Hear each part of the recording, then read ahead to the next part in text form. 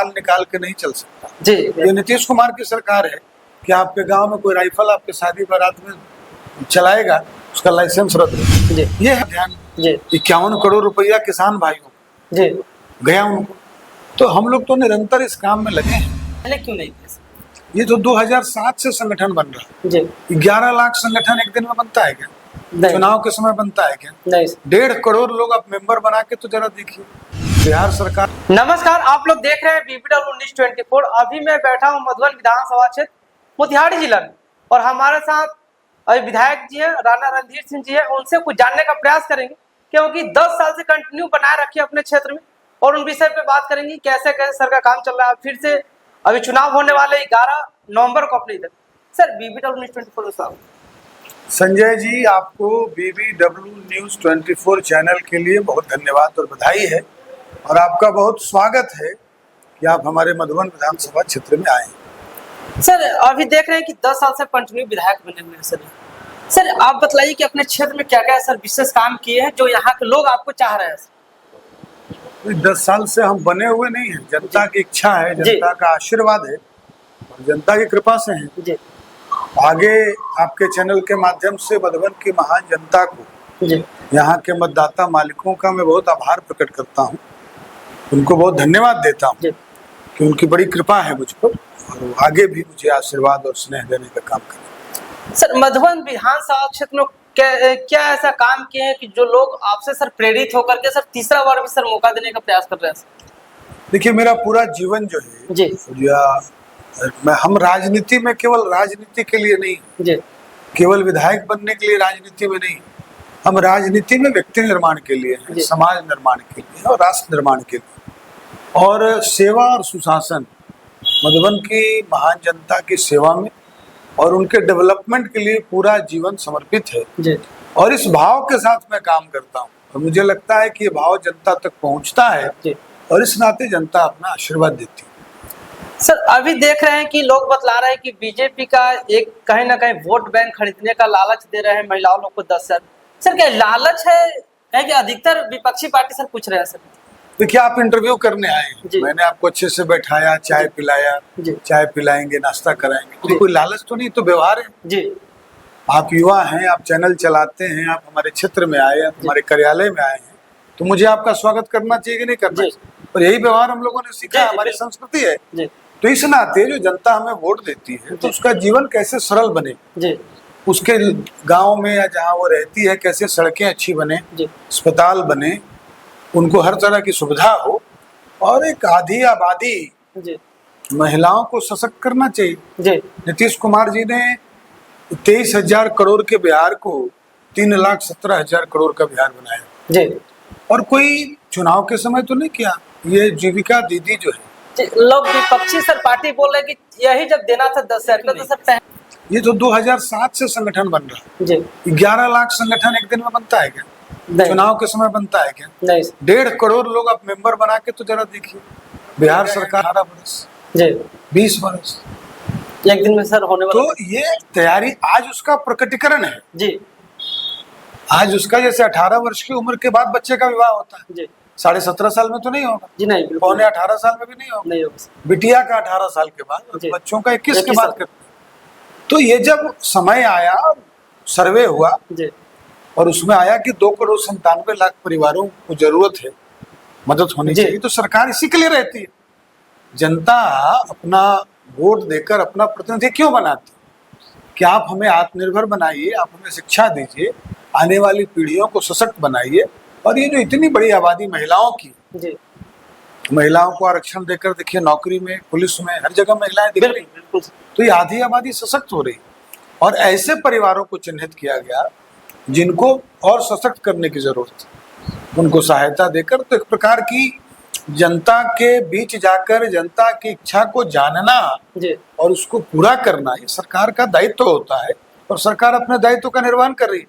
अब जिनको चुनाव लड़ना हो, लोकतंत्र में विपक्ष होते हैं, उनको कुछ कहने के लिए तो है नहीं, विकास के एजेंडे पे या डेवलपमेंट पे इतना काम हुआ है कि उनके पास कोई मुद्दा नहीं, तो ये कहते हैं कि भाई चुनाव के समय तो हमारी सरकार तो सालों भर काम करने वाली सरकार है। हम लोग तो ऐसा नहीं कि चुनाव के समय, ऐसे भी हम लोग का यही रूटीन रहता है डेवलपमेंट को लेके, काम को लेके। तो हम लोग ये करते हैं और मुझे लगता है इसी की वजह से जनता का आशीर्वाद मिलता है। सर ये कंटिन्यू चलता रहेगा या बीच में बंद हो जाएगा? ये लगातार चलता रहेगा। अभी तो 10-10 हजार रुपया आया। सर इसका ब्याज भी लेंगे सरकार? ये बिल्कुल बिल्कुल इंटरेस्ट फ्री है। इंटरेस्ट फ्री है। ये 10,000 की राशि जो है बिल्कुल आपको सरकार मदद के रूप में दी है। और आगे आप एक प्रोजेक्ट बना के बढ़िया काम करेंगे। जैसे आपको मान लीजिए आपकी माँ को मिला जी, उसने आपको दिया कि बेटा एक चैनल शुरू करो, आपने चैनल शुरू किया, आप अच्छा करने लगे जी, आप प्रोजेक्ट बना के देंगे जी, तो आपको फिर 2 लाख रुपया भी सरकार आगे देगी। अच्छा आगे 2 लाख भी मिलेंगे। देखिए नीतीश कुमार जी का बहुत बड़े वादा है और कहीं ना कहीं मुहिम ये पूरे अपने बिहार के अधिकतर महिलाओं को ही मिल रहा है सर लाभ से। ये 2,97,00,000 परिवार 2,97,000 2,97,00,000 परिवारों को जाना है, जिसमें आपको जानना चाहिए कि जीविका की 1.5 करोड़ मेंबर है जी। 1 करोड़ चला गया, देखिए कितना जल्दी जी, बहुत तेजी और काम चल रहा। किसी को भी निराश हताश होने की जरूरत नहीं है। और आपके चैनल के माध्यम से बताना चाहता हूँ कि जैसे हर घर को बिजली गई लगी है बिजली, वैसे ही सबको मिलना। बीच में कोई इसके नाम पर ठगी करे तो आपके चैनल से मैं अपील करता हूँ किसी को 50-100 रुपया भी देने की जरूरत नहीं। 50-100 रुपया मतलब घूस देना ही नहीं। कोई भी मैंने किसी तरह से इस तरह कोई कहे तो गलत कहे। आपको सरकार दे रही है आपके महिलाओं के मातृशक्ति के सशक्तिकरण के लिए, उनकी मजबूती के लिए। और आगे जब बढ़िया से वो काम करेंगी तो उनको 2 लाख रुपया भी मिलेगा। सर अभी लोग यहाँ बोल रहे हैं कि नीतीश कुमार जी 20 साल से, लेकिन फैक्ट्री पर सर कोई बात नहीं होता है। देखिए हमारे यहाँ क्या है जी कि कृषि प्रधान राज्य है जी, बहुत उपजाऊ भूमि, तो खेती पर आधारित उद्योग धंधे पर चर्चा हुई। अभी रीगा चीनी मिल शुरू हो बंद हो गया जी। आप शिवहर के हैं जी जी बिल्कुल होगा 51 करोड़ रुपया किसान भाइयों जी गया उनको। तो हम लोग तो निरंतर इस काम में लगे हैं और बहुत सारे इन्वेस्टर भी आएंगे, इसलिए तो जरूरी है जी। देखिए सर बिहार से कहीं ना कहीं हमको लगता है 50% लोग प्लान करते हैं। नहीं देखिए बिहार में जो है जी वो 58% आबादी जो है जी वो 18 वर्ष से 60 वर्ष के नौजवानों का जी। ये बड़ा मैन पावर है अपने पास और सरकार लगी है उनको स्किल्ड करने जी। तो स्किल्ड मैन पावर देखिए जैसे भारत का महत्व दुनिया में है वैसे ही बिहार में देश के अंदर बिहार का महत्व है। बिहार का नौजवान स्किल्ड होकर काम करेगा, यहाँ भी करेगा और बाहर देश को भी अपनी सेवा देगा। सर क्या लगता है आने वाले समय में सर बीजेपी का सरकार या एनडीए गठबंधन का सरकार प्लान को सर रोक पाएगी सर आने वाले समय में? निश्चित रूप से हम बच्चों को युवा पीढ़ी को स्किल्ड करने पर स्किल डेवलपमेंट बिहार में बढ़ रहा है और जब स्किल्ड नौजवान हमारे हो जाएंगे तो पलायन शब्द हट जाता है। आपके शिवहर में भी कोई बढ़िया प्लम्बर है कोई बढ़िया इलेक्ट्रिशियन है कोई बढ़िया फिटर है तो उसको पलायन की जरूरत नहीं। तो पलायन का जवाब मैं समझता हूँ कि स्किल्ड होना, उनको किसी न किसी काम में दक्ष कर दीजिए तो पलायन शब्द उससे दूर हो जाएगा, नौकरी भी मिलेगी, स्वयं का रोजगार भी होगा। और ये सब क्यों होता है कि हम कुछ अर्थ का उपार्जन करें और अपने परिवार बच्चों का देखरेख बढ़िया से करें तो वो भी होगा। सर अभी देखा जा रहा है कि बिहार में सर मेडिकल का कहीं ना कहीं थोड़ा सुविधा में कमी आ रही है। सर बहुत जगह जाते हैं सरकारी हॉस्पिटल में तो वहाँ लोग परेशान ज्यादा होते हैं। सर ये परेशानी क्यों नहीं खत्म हो रहा है बिहार से? देखिए इसको ऐसे मत देखिए जी। देखिए 2005 में अस्पताल जाने वालों की संख्या महीना में मुश्किल से 29-30 थी। इसको दिखाइएगा कितना लोग जाते थे? 29, 30, 20 ऐसे लोग महीना भर में जाते थे। महीना भर में। और आज कितना 10,000 11,000 महीने में जाते, काफी बढ़ गया। तो प्रतिदिन इतने लोग आते। तो जब आपके घर में लोग आएंगे तो उसको मैनेजमेंट होता है, सरकार मैनेज कर ही रही है।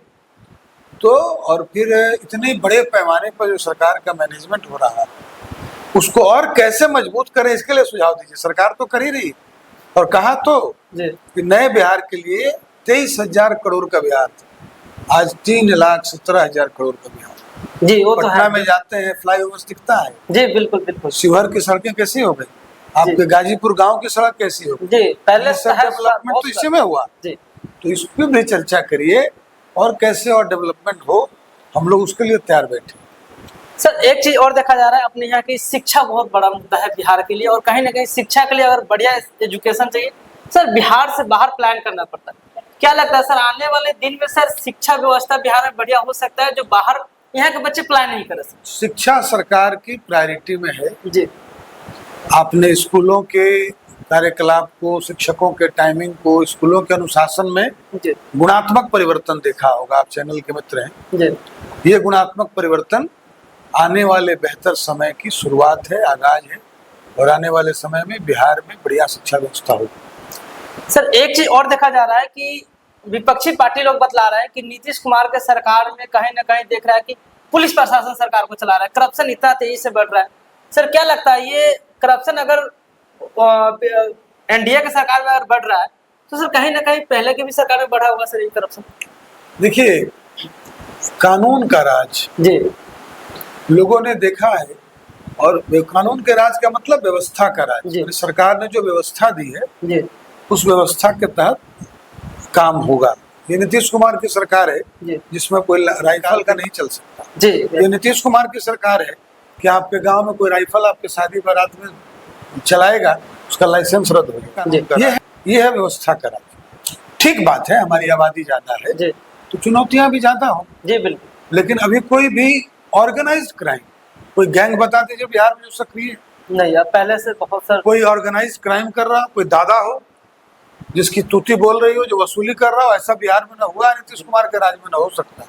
अब आबादी है, झगड़ा में मारपीट हो गया, हत्या हो गई, ये तो आबादी है तो ये चलेगा, लेकिन कानून का राज स्थापित है।